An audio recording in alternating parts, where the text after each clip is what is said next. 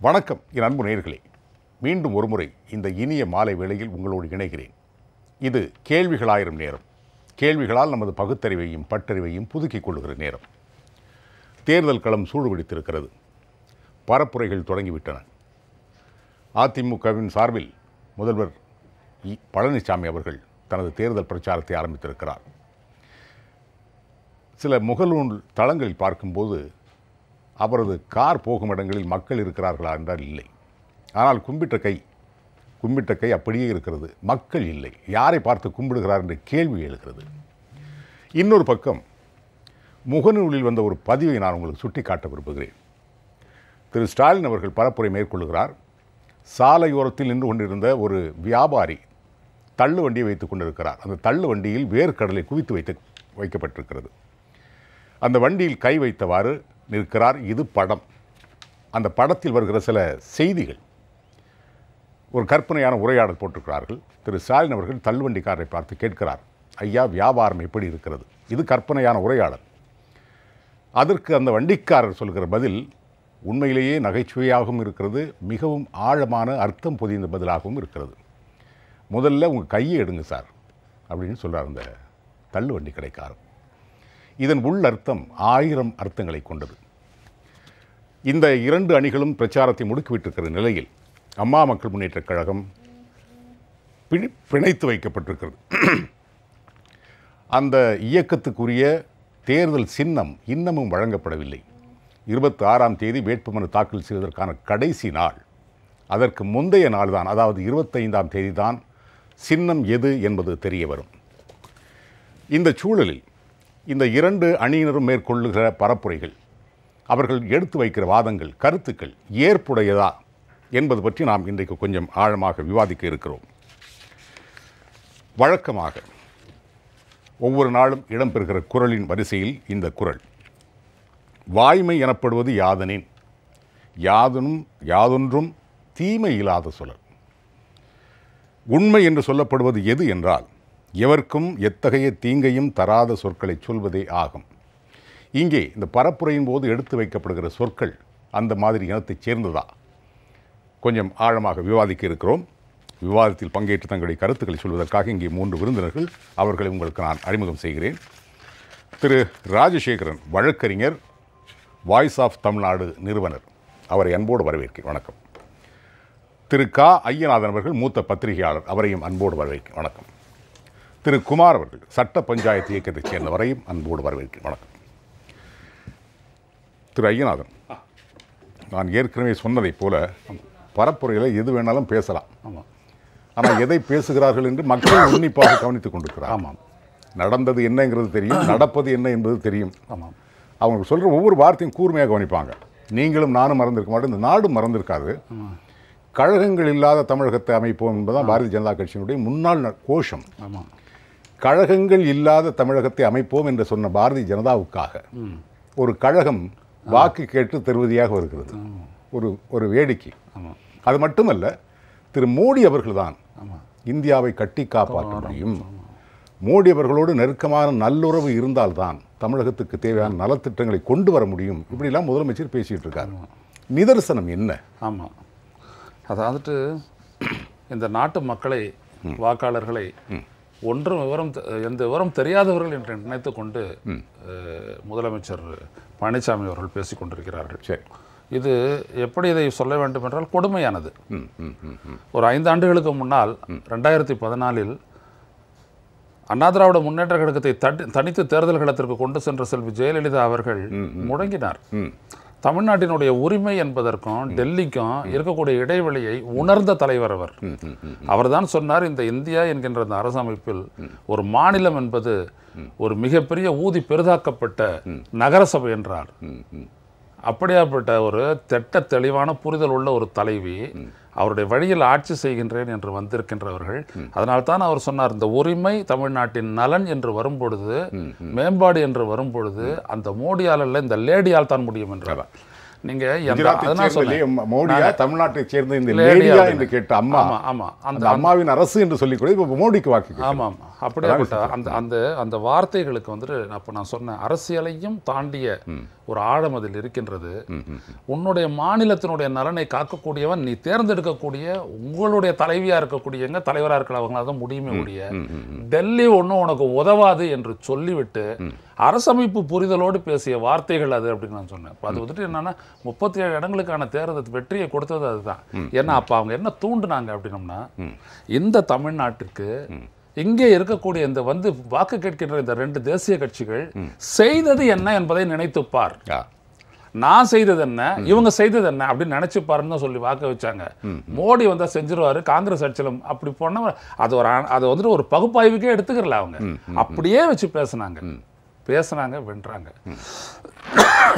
அவர் வழிவந்தவராக சொல்லக்கூடிய பழனிசாமி அவர்கள் இந்த நாட்டை பாதுகாக்க மோடியால் தான் முடியும் என்று சொன்னது, நீங்கள் உங்களுக்கு சேர்ந்த கூட்டணிக்காக நீங்கள் பேச வேண்டும், அது வேறு, அது அரசியல். ஆனால் அதில் என்ன உண்மை இருக்கிறது என்று சொல்லுங்கள். இந்த நாட்டை காக்க எல்லையில் இராணுவம் இருக்கின்றது, படைகள் இருக்கின்றது. ஒவ்வொரு வீரனும் கிட்டத்தட்ட ஒரு வாரத்திற்கு ஒருவன் என்று மடிந்து கொண்டு காக்கின்றான். இந்த டெல்லியில் இருந்த மோடி உள்ளபடியே அந்த நாட்டை காத்திருந்தால் புல்வாமாவில் அப்படிப்பட்ட தாக்குதல் நடந்திருக்கும். நீங்க இதெல்லாம் பேசினா தேச துரோகி இல்லை, அதெல்லாம் பற்றி கவலை இல்லை. தேசப்பற்றாளனுக்கு அவங்க வச்ச பேர். ஏன்னா வெள்ளைக்காரனுக்கு சல்யூட் அடிச்ச பரம்பரையில நம்ம வரல. நம்ம எந்த பரம்பரையில் வந்திருக்கிறோம்? வ.உ. சிதம்பரம் இல்லை, பசும்பொன் முத்துராமலிங்க தேவர், பெருந்தலைவர் காமராசர், ஸ்ரீ அரவிந்தர், அப்படி வந்திருக்கோம் நம்ம.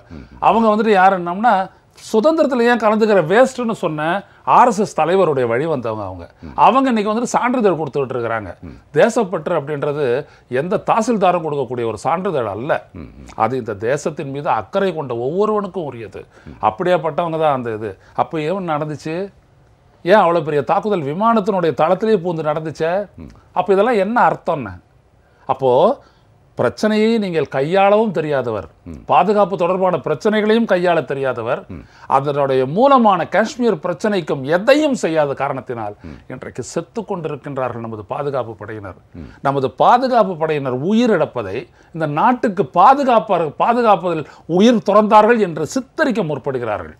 அவர்கள் தாக்குதலில் கொல்லப்பட்டவர்கள், தாக்குதலுக்கு சென்று உயிரிழக்கவில்லை. இந்த ஒரு சின்ன வித்தியாசத்தை இங்கே இருக்கக்கூடிய மக்கள் ஒவ்வொருவரும் புரிந்து கொள்ள வேண்டும்.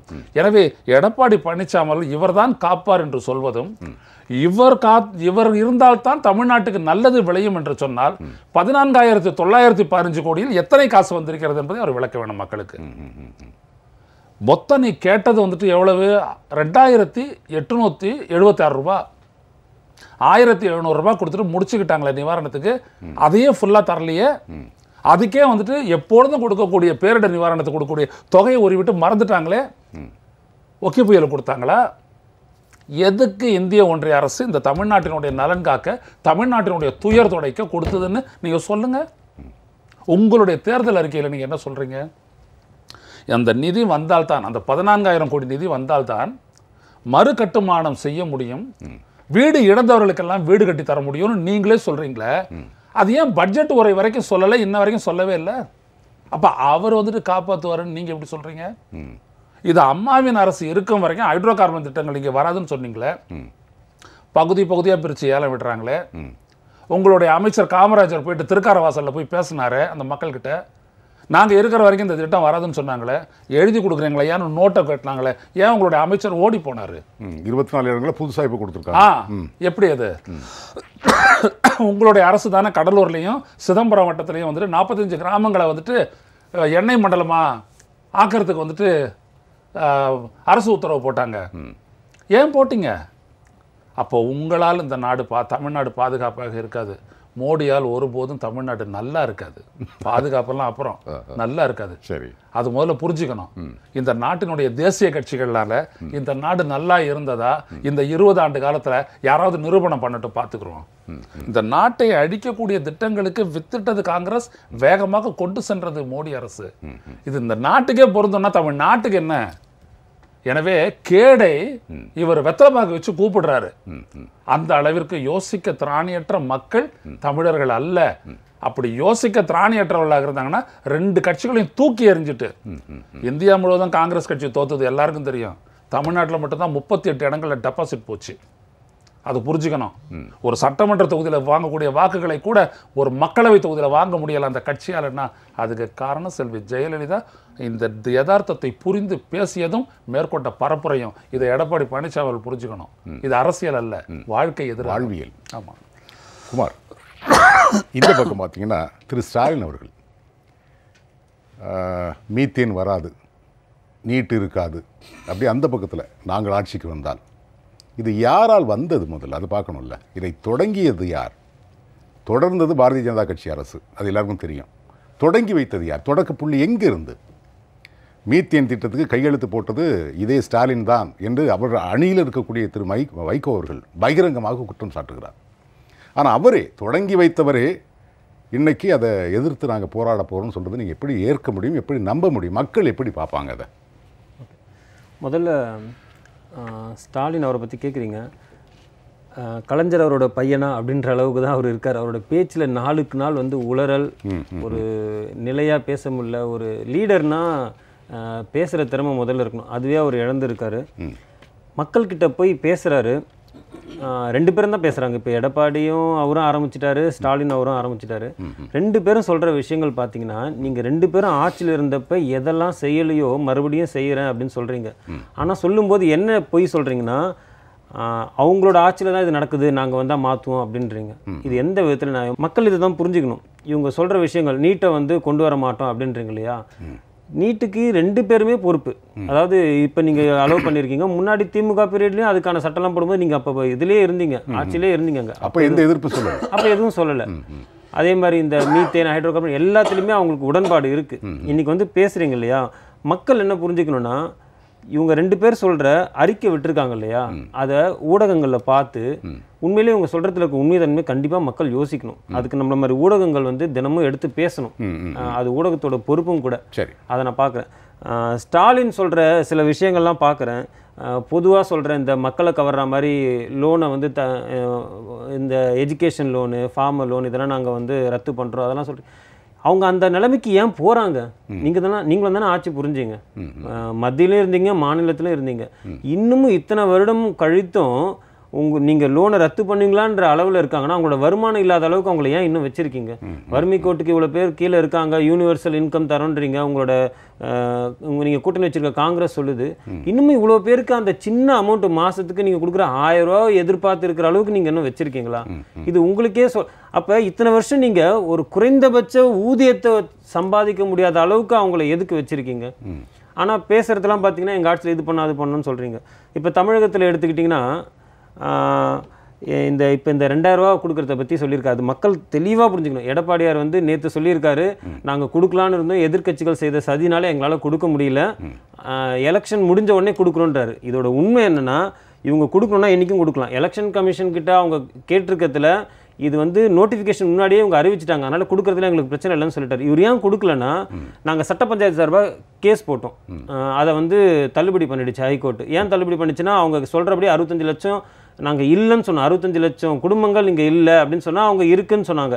அதுக்கான லிஸ்ட்டு ரெடியாக இருக்குன்னு போய் சொன்னாங்க. நாங்கள் அன்றைக்கே சொன்னோம் லிஸ்ட்டு இல்லைன்னு. ஆனால் அதை கோர்ட் ஏற்றுக்கிட்டு எங்களோட கேஸை வந்து ரத்து பண்ணிடுச்சு. இன்றைக்கி எதுக்காக தரலன்னா, அவங்ககிட்ட லிஸ்ட்டு இல்லை, அந்த பாவர்ட்டி லைன் சொல்கிறாங்க இல்லையா, அந்த லிஸ்ட்டு இல்லை. இன்றைக்கி என்ன பண்ணுறாங்க, பெரிய பெரிய அப்பார்ட்மெண்ட்ஸு, பள்ளிக்கரணை, ஓஎம்ஆர் அங்கெல்லாம் போய், ஏன்னா இவ்வளோ பேருக்கு காசு கொடுக்கணும். வழக்கமாக இந்த மாதிரி பணம் கொடுக்கறது போய் இன்னைக்கு கஜான்லேருந்து எடுத்து கொடுக்குற அளவுக்கு வளர்ந்து போயிடுச்சு. அதை கொடுக்கறதுக்கு லிஸ்ட்டு இல்லை.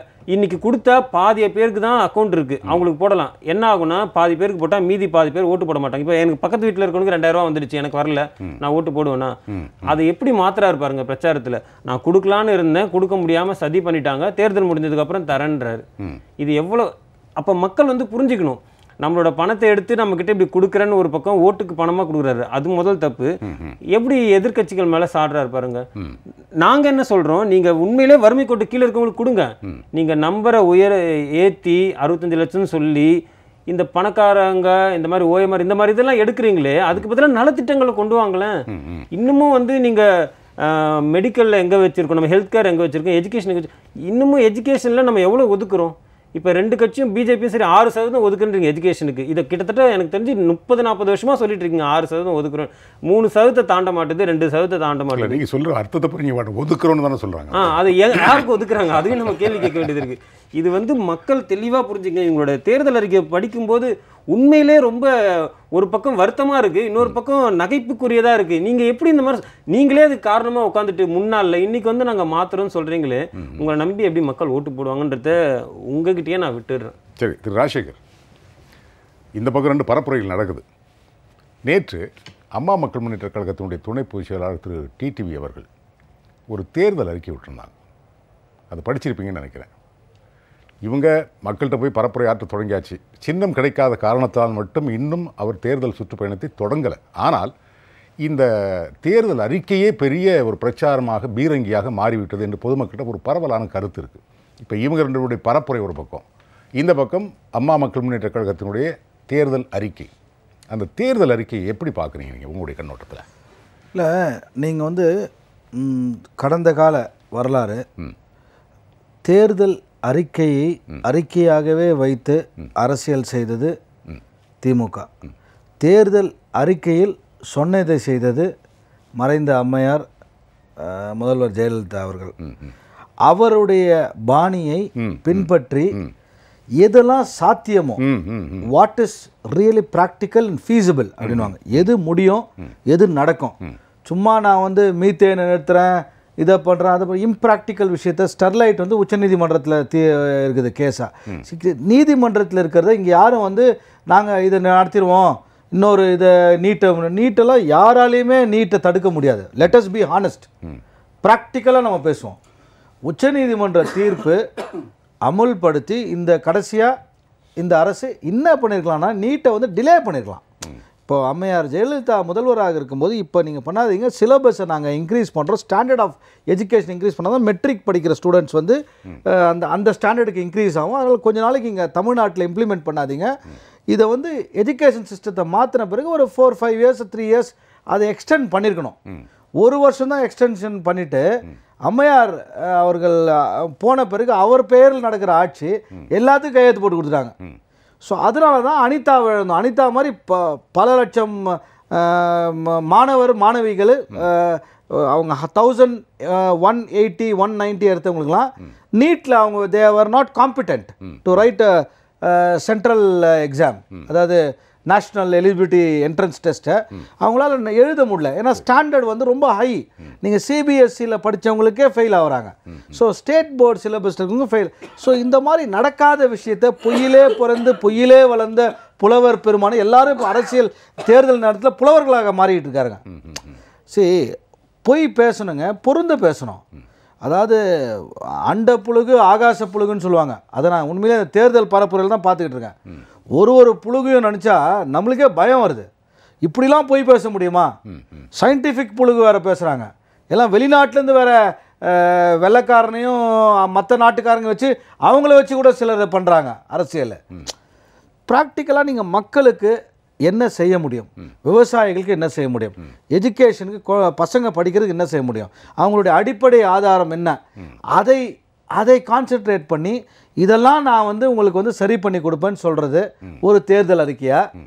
முடியாத விஷயத்தை செய்ய முடியாத எந்த ஒரு ரூபத்திலையும் செய்ய முடியாமல் ஆட்சிக்கே திருப்பி யார் வேணால் இவங்களுக்கு சாதகமோ எதிர்கட்சி ஆட்சிக்கு வந்தால் கூட இதை பண்ண முடியாது. இப்போ பிஜேபி ஆட்சியில் இருக்குது, திருப்பி வேற ஒரு கூட்டணி வந்தால் காங்கிரஸ் தான் வரும்னு இன்னும் சொல்லிட முடியாது. சரி, 2019 எலெக்ஷன் பண்ணது 2 ஹைப்போதெட்டிக்கல் கொஸ்டின். யார் வேணா வரலாம், கூட்டணி ஆட்சி வரலாம், அந்த புது கூட்டணி வரலாம். ஏன் இங்கே தமிழ்நாட்டிலேருந்து திரு டிடிவி தினகரன் ஒரு 15 to 20 MP ஜெயிச்சார்னா அவர் சொல்கிற வந்து பிரைம் மினிஸ்டர் ஆகலாம். இதெல்லாம் so many equations and political permutations இருக்குது. ஒரு புதிய அரசு அதான் வரலாம். ஸோ அவங்கெல்லாம் வந்தால் கூட இவங்க கொடுக்குற வாக்குறுதி, அள்ளி வீசுகிற வாக்குறுதியை காமன் மினிமம் ப்ரோக்ராம் போட்டாலும் இதெல்லாம் பண்ண முடியாது. ஏன்னா it has reached one logical and legal end.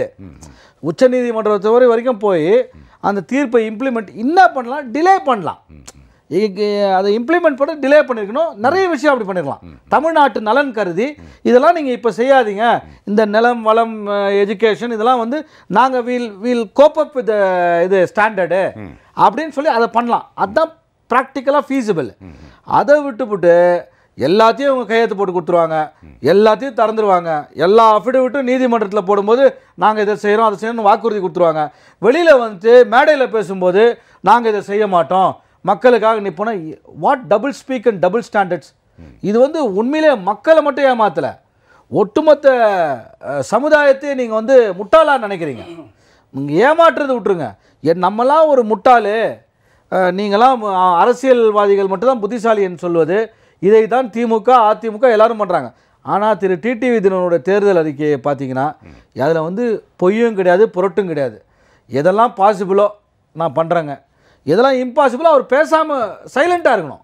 பொய்யை சொல்லி ஓட்டுக்காக அவர் பொய் சொல்லி எந்த தேர்தல் அறிக்கையும் இல்லை. இதை தான் அம்மையார் ஜெயலலிதா பண்ணாங்க. அவங்க வந்து உங்களுக்கு வந்து தாலிக்கு தங்கம், ஃபேஸ்டு மேனரில் நான் வந்து டாஸ்மாகை மூடுவேன், உச்சநீதிமன்றம் அஃபிடேவிட் போட்டாங்க, இந்த மாதிரி மேனிஃபெஸ்டோலையும் போட்டாங்க.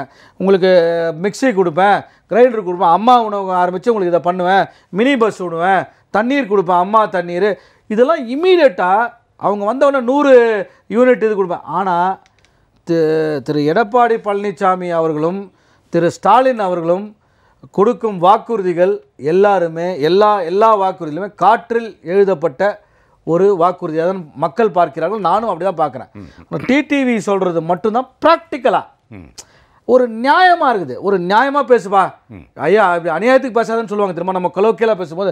அது ஒரு நியாயமாக ஒரு நீங்கள் தேர்தல் அறிக்கை சொன்னோட ஒரு ரைட்டு. ஓட்டு வாங்கணும், மக்களை திசை திருப்பணும், மக்கள்கிட்ட பொய் சொல்லணும்.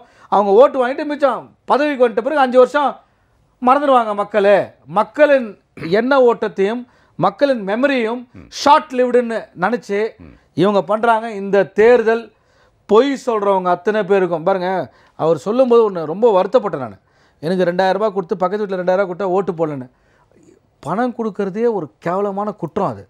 அதையே லீகலைஸ் பண்ணி ஜஸ்டிஃபை பண்ணி பேச வேண்டிய கட்டாயத்தில் நம்ம உட்காந்துருக்க பாருங்க. ரொம்ப வேதனையாக இருக்குது. காசுக்கு ஓட்டு வாங்காதீங்க, உங்களுடைய தன்மானத்தை விற்காதீங்க. ஓட்டு என்பது உனக்கு கொடுக்க பெரிய ஆயுதம் ஜனநாயகத்தில். டெமோக்ரஸி, பீப்புள்ஸ் டெமோக்ரஸியோட ஒரே ஸ்ட்ரென்த் நம்ம போய் போடுற ஓட்டு தான். விளம்பரம் இல்லைங்க, இன்னும் ஒரு வேதனைனா 2000 ரூபாய் கொடுக்கல சண்டை போடுறாங்க. இவர் வந்து எனக்கு சொல்லும்போது உண்மையிலே என்னை வந்து அசிங்க, என்ன ரொம்ப ஒரு நெஞ்சிலே குத்துற மாதிரி இருந்துச்சு. அவர் இவர் பக்கத்து வீட்டுக்கார கொடுக்கலாம் இவருக்கு சண்டை போட மாட்டாரா? என்னப்பா இது, ஒரு உழைச்சேன் நான் காசு சம்பாரிச்சேன்னு ஓட்டுக்கு காசு வாங்கல உனக்கு வரலன்னு சண்டை போடுவேன்னு சொல்றது மக்களை மட்டும் கொச்ச பார்த்து இல்லை. அதாங்க சொல்றேன், அது எவ்வளவு வலிக்குது. இது என்னுடைய வழிதான் நான் 7 கோடி மக்களுக்கு வரணும்னு நினைக்கிறேன். அதான் காசு கொடுப்பாங்க, நீங்க வாங்கிக்கோங்க, நல்லவனை தேர்ந்தெடுங்க சார். தயவுசெய்து நல்லவர், உங்களுக்கு யார் உங்ககிட்ட உண்மை பேசுகிறாங்களோ தேர்தல் அறிக்கை முறையோ நேரடியாக வந்து எலெக்ஷன் கேம்பெயின் நடத்தும் போது மைக்கை பிடிச்சி சொல்லும் போது நீங்கள் கேளுங்க, எப்படிப்பா இது பாசிபிள்னு கேளுங்க. நீ காசு கொடுப்பியா, நீ ஓட்டு போடுறன்னு சொன்னா நீ உன்னை மட்டும் விற்கல, உன்னோட பரம்பரையே நீ விற்கிற, தன்மானத்தை விற்கிற, உன்னுடைய மொத்த குலம் கோத்திரம் எல்லாத்தையும் விற்கிற. நீ காசு வாங்கி ஓட்டு போட்டு ஓட்டுக்கு காசுன்னு சொல்லி கவர்மெண்ட் கொடுக்கல, அரசு ஓட்டுக்குன்னு சொல்லி அரசு செய்வது ரொம்ப வருத்தத்தோடு சொல்கிறேன். ரொம்ப தரம் தாழ்ந்த, ஏன்னா அண்ணன் நான் ஏதாவது வார்த்தை யூஸ் பண்ணால் கொஞ்சம் பார்த்து பேசுங்க. ஏன்னா இவர் வந்து எதையுமே வாழைப்பட்டில் கடப்பாறையை குத்துவார். எனக்கு அந்த மாதிரி அவ்வளோ எக்ஸ்பீரியன்ஸ் கிடையாது. சீனியர் நம்ம அண்ணன் வந்து கரெக்டாக சொல்லுவார். எனக்கு அதை கொச்சையாக சொல்லணும்னா ரொம்ப ஈனத்தனமாக இருக்குது. இந்த மாதிரி வந்து ஓட்டு காசு தரேன், பேங்க்கில் தரேன், போடுறேன்னு இதெல்லாம் தப்பு. ரொம்ப இது எலெக்ஷன் கமிஷன் சொன்ன நீதிமன்றம் வந்து goes by the interest of the people, majority opinion. சரி, பாவர்ட்டி லைனுக்கு ஒரு பணம் கொடுக்குறேன்னு சொல்கிறாங்க. பட் அந்த பணத்தை வந்து எலெக்ஷன் டைமில் யாருமே கொடுக்கக்கூடாது. என்ன கேட்டிங்கன்னா இட் இஸ் பிரைபிங். அது யார் இருந்தாலும் you are indirectly bribing the voter. அது தப்பு. அது எலெக்ஷன் கமிஷன் ஒரு தலையிட்டு அதை தடை பண்ணி எந்த விதமான விஷயமோ நேரடியாக கொடுக்குறதும் மறைமுகமாக கொடுக்குறதும் குற்றம். 25% திரு டிடிவி தினகரன் பின்னாடி நிற்குது. Point number 1. பாயிண்ட் நம்பர் 2, நான் ஜாதி மதம்லாம் பார்க்காத ஒரு வித்தியாசமான அரசியல் வரணும்னு எதிர்பார்க்குற ஒரு கேரக்டர் நான். சரி சரி. ஆனால் அது வேறு வழி கிடையாது, சில தவிர்க்க முடியாது. நீங்கள் சென்ட்ரல் தமிழ்நாடு, சவுத் தமிழ்நாடு, மற்ற ஓவரால் கொஞ்சம் நார்த் தமிழ்நாடு கொஞ்சம் ஏரியாஸில் நீங்கள் வந்து caste people, the upper caste people, the middle class people, middle caste இருக்கவங்க, அதாவது ஈவன் 1 இயர் எஸ்சி. இப்போ வந்து அவரோட மாஸ்டர் ஸ்ட்ரோக் பாருங்கள். இவரை வந்து தேவையில்லாத அவர் முக்குலத்தோருக்கு தலைவர் கிடையாது. அவர் வந்து இந்த சவுத் மதுரையில் வந்து ஒருத்தருக்கு விழா எடுக்கணும்னு சொன்னார், ஒரு எஸ்சி தலித் லீடர். அவர் பேர் இமானுவேல் சேகரன், சாரி அது எனக்கு ஸ்லிப் ஆயிடுச்சு. சரி, okay. அது இமானுவேல் சேகரனுக்கு ஒரு அரசு விழா இது பண்ணு. அது வந்து சவுத், கம்ப்ளீட் சவுத் வந்து அப்படியே டிடிவி தினகரனுக்கு ஓட்டு போட போகிறாங்க. நீங்கள் வாட்ச் பண்ணி பாருங்கள், அப்படியே பெரிய ஸ்விங், அது மாஸ்டர் ஸ்ட்ரோக் அது. அதே மாதிரி கிறிஸ்டியன்ஸ் முஸ்லீம்ஸ்லாம் இல்லை, நான் கொஞ்சம் எனக்கு ஒரு அரை நிமிஷம் விடுங்க. எனக்கு கிறிஸ்டியன்ஸ் முஸ்லீம்ஸ்லாம் என்ன நினைக்கிறாங்க, நம்மளுக்கு பிஜேபி தமிழ்நாட்டை பொறுத்த வரைக்கும், சரி நான் வந்து I am very practical person, ஆனால் பிஜேபியை பொறுத்த வரைக்கும் தமிழ்நாட்டுக்கு அவங்க எல்லாமே அநீதி தான் செஞ்சாங்க. ஸோ அதை வந்து எதிர்த்து நிற்கிற குவாலிட்டி தைரியம் இருக்கிற ஒரே ஆளு திருட்டிட்டு. ஸோ மைனாரிட்டிஸ் இருக்காங்க ஆல்ரெடி. அவர்கிட்ட ஓட் பேங்க் யாருன்னா higher cost, middle cost people இருக்காங்க. ஸோ ஒட்டு மொத்தமாக பார்த்தீங்கன்னா 40% வாக்குகள் ஆல்ரெடி அவர் பேக்ல ரெடியாக இருக்குது அவர் வாக்குச்சாவடி போகிறதுக்கு. ஸோ இதனால தான் அவருக்கு இவ்வளோ அழுத்தம், இவ்வளோ ப்ரெஷர். சரி, அதை புரிஞ்சுக்கங்க. ஒரு 30 வினாடிகள் தான் உங்கள் நேரத்தில். ரொம்ப சிம்பிள். தமிழ்நாட்டினுடைய வாக்காளர்கள் ஒரே ஒரு விடயத்தை தான் நினைக்கிறாங்க.